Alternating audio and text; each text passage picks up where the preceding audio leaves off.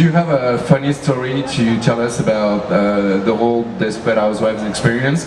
And are you sometimes a little bit like Susan, like a little bit goofy or like falling, or like the same stuff that happens to Susan when she's in like awkward positions? And does it happen to you sometimes? So no, I'm not really like Susan.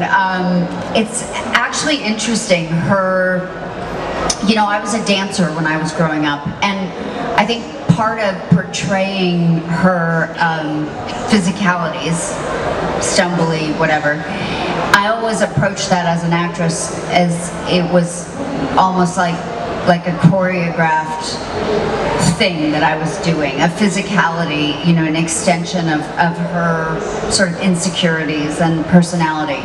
And so no, I Teri, am not like that, and in other ways I'm a very good cook and Susan's a horrible cook. I don't fall down, Susan falls down. I pay my bills, Susan didn't pay her bills. So we're very different, but I think we're connected in that I think we both love with a very big heart. I think that's where Susan and I were connected. But the funny memory. You asked me about funny memories yesterday, and I was having some trouble thinking of them, and so I thought about it last night, thinking that maybe someone would ask, and I did remember one that maybe I haven't told this story too often. The episode where Susan gets caught outside naked in the bushes, that was, I think, our second or third episode, and that day we had a new wardrobe lady that was taking care of the women on the show. And so it was basically like, and her name actually was also Susan. And so I met her in my dressing room, and it was like, hi, Susan, hi, I'm Teri. And then, here's my breasts, now please put some tape on them and cover them up. Because we like just had to cover, and it was this like crazy way to basically be naked and meet someone, and on the very first day, and I'll never forget that. It was very funny, so that was funny. Alors, elle a répondu dans l'autre sens. Non, elle a rien à voir avec Suzanne, dans le sens où elle disait.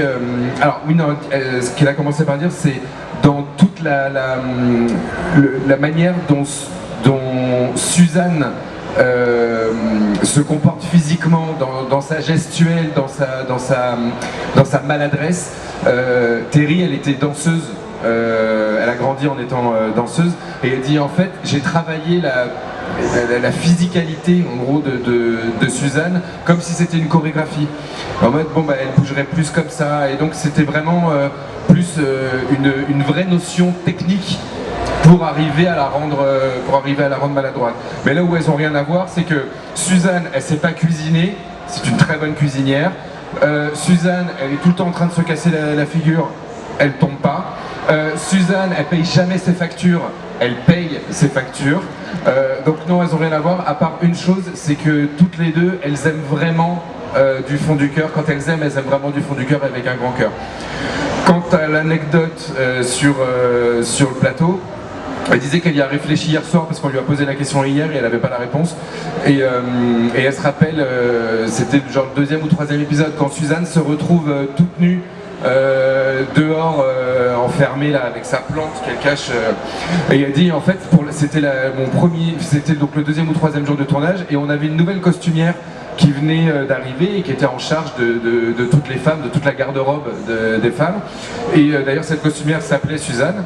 Et elle dit, et le premier jour où on arrive, c'était le tournage où je devais être nue, et c'est bonjour Suzanne, Teri, voilà mon tour de poitrine, est-ce que tu peux, voilà mes seins, est-ce que tu peux mettre, parce qu'ils mettent un genre de scotch, enfin un espèce de bandeau couleur chair, pour pas qu'on les voit, et puis qu'elle puisse se balader. Elle dit, mais vous voyez, c'est sympa comme première rencontre avec quelqu'un, t'es toute nue, bonjour, voilà mes seins. How would you imagine Desperate Housewives if it had done in France with typical French characters?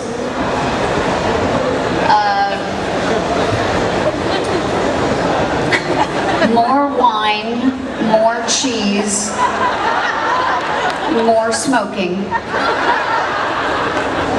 Plus de vin, plus de fromage, plus de cigarettes. You forgot the croissant. Oh, right. Yes, or baguette. Ouais, plus de baguettes, ouais.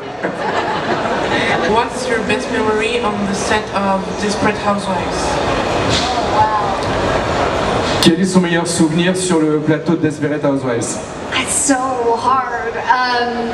Okay, well, in general, the first thing that comes to mind is, I don't know if any of you have ever had the opportunity to go to Universal City in Los Angeles, but the actual street, Wisteria Lane, was up at the top of a hill in Universal City, and it was just this long court with all the houses on it, and it overlooked all of Los Angeles, like in the valley and the mountains, and just it was such a beautiful place to work that you just kind of couldn't believe that that was the place that you went to work. It was just such a beautiful actual street.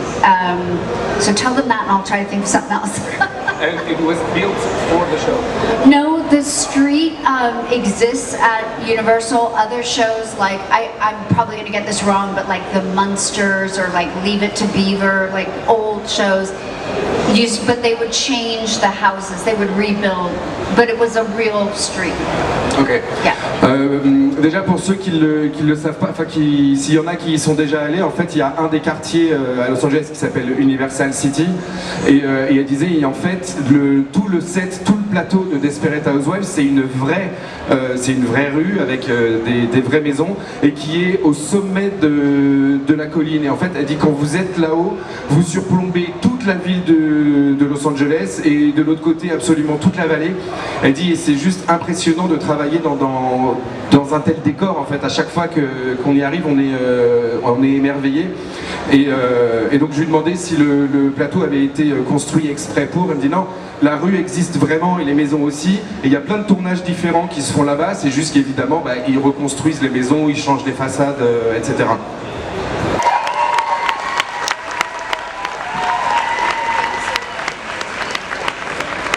Elle me dit merci à tous de l'accueillir aussi chaleureusement en France.